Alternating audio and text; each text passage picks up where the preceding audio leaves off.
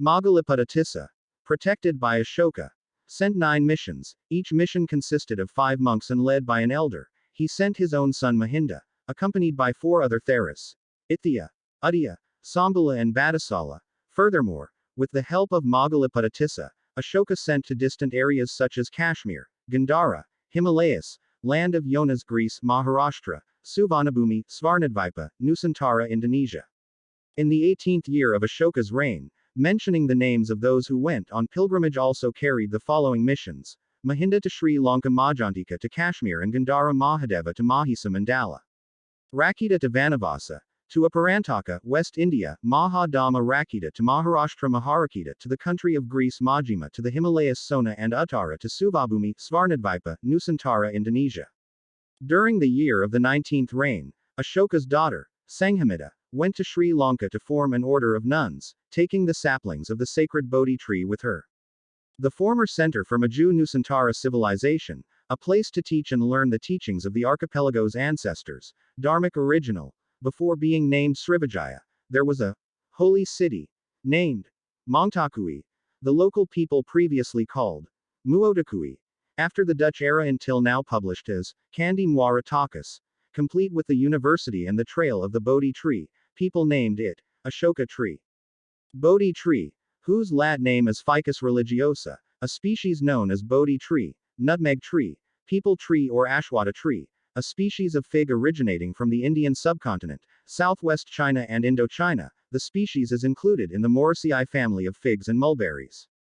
In the highest area around the Puja center, there are still traces of a Bodhi tree, Ashoka, brought by King Asoka to the archipelago, when he was doing samadhi, at the place of the Dharmic masters, Brahmins Bhattara Guru, Rshi, Dachuik doing tapo, Batharak, Upasana, Kamala contemplation, completing the end of his study. This was also done by the first King Asoka and Atisa Dipamkara Shranyana from Tibet, which is also mandatory for the Dachuik, at the Sriwijaya chamber.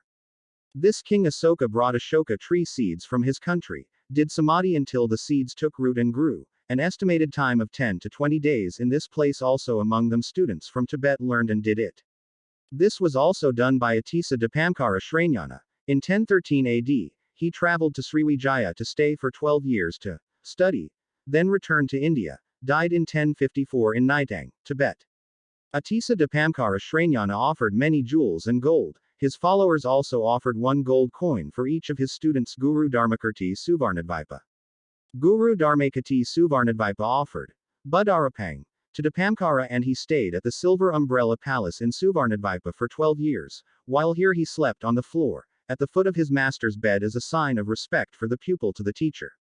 In 1025 AD, Rajendra Chola, King Chola of Tamil Nadu in South India, launched a naval attack against the port of Sriwijaya in Southeast Asia. The Chola invasion led to the collapse of the Sriwijaya dynasty, and the Chola invasion also coincided with the return of the great Buddhist scholar, Atisa from Sumatra to India and Tibet in 1025.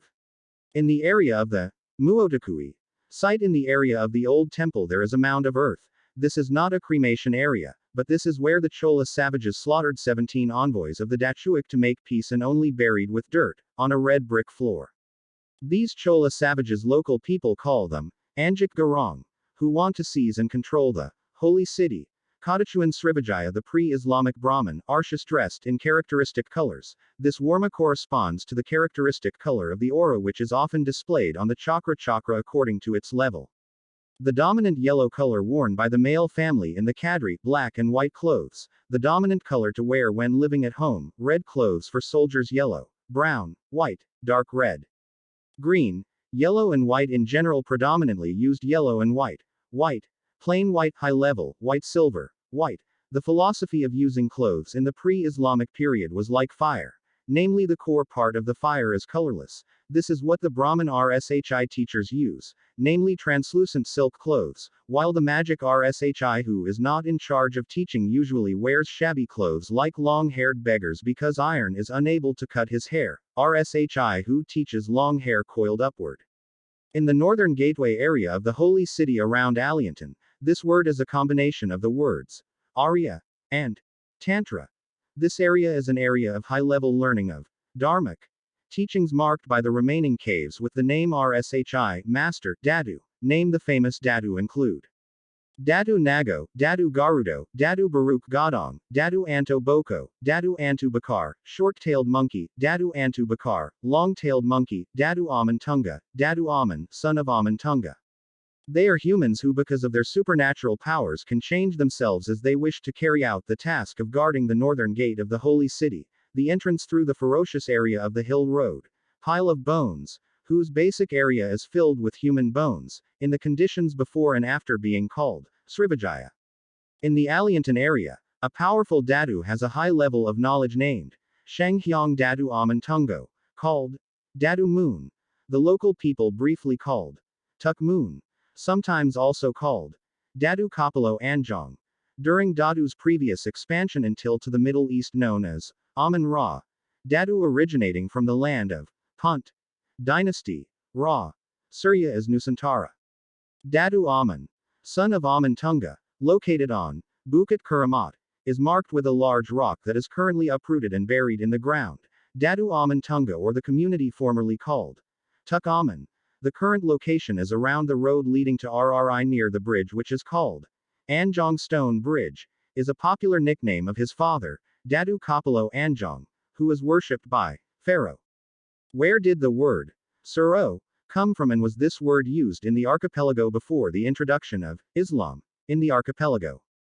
Based in the Big Indonesian Dictionary, the word Suro is a place where Muslims perform their worship praying, reciting the Quran, etc. break. The word Surau existed in the archipelago before the arrival of Islam in the archipelago.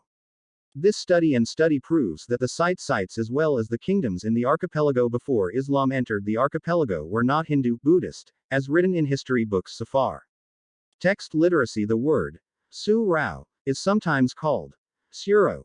The term Suro is understood by the majority of Muslims, is the month of Muharram. Muharram is a month that has long been known since pre-Islamic, then in the time of the Prophet to Umar ibn Khattab informalized as the name of the month in the Islamic calendar. Etymologically, Muharram means the month that is given priority and is glorified. The meaning of this language is inseparable from the reality and symbolic inherent in that month. In the month of Muharram it is full of various historical events both prophetic and apostolic, is a historical momentum full of meaning due to various important events in the historical process accumulated in that month. Important events related to Suro or Muharram. Receiving the repentance of Prophet Adam. Prophet Idris received a high degree of affection for his fellowmen. Prophet Noah was protected from the danger of flooding. Prophet Ibrahim was protected from the danger of fire and slander by the king of Namrud. The Prophet Yusuf was free from the custody of the king of Egypt due to accusations of adultery with Dwi Zuleika. The Prophet Yaqub recovered from eye disease because he cried for his long-lost son Yusuf. The Prophet Yunus came out of the belly of the fish. Prophet Suleiman received a beautiful palace. Prophet David was cleansed from all his sins. Prophet Musa survived the pursuit of Pharaoh. Prophet Muhammad SAW obtained the Quran. In Kadachuan before and after it was called Sriwijaya, in the Islamic era, namely before the 7th century which had a city called the Holy City. The main core zone area in the Holy City of Kadachuan was 16.7 hectares of the Holy City with a radius of 220 kilometers of central government. On the hill, Katanka, with its area marked Koto, which uses numbers. The Puja Center, which is fortified with a 3-meter-high earthen embankment within a 7.5 kilometers radius, not a brick wall which is only 1.2 meters high and only a few square meters wide. Until now it has been confused with Muara Takus Temple. Srivijaya's unity with the Holy City, and its center of puja in the pre-78 AD era was called Indonesia.